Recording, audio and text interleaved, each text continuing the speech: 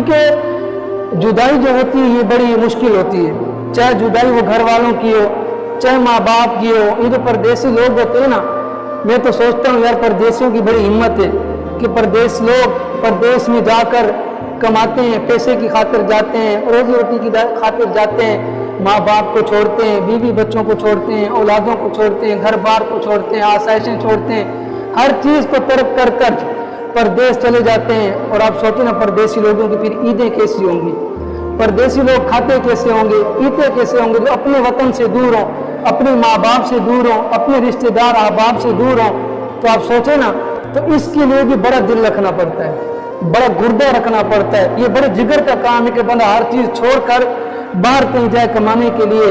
वो सराइकी के बाबा जी कहते हैं कि कोई काले काम आया, कोई काले काम आया, वडे दिल करिए परदेश कटींदे काम आया।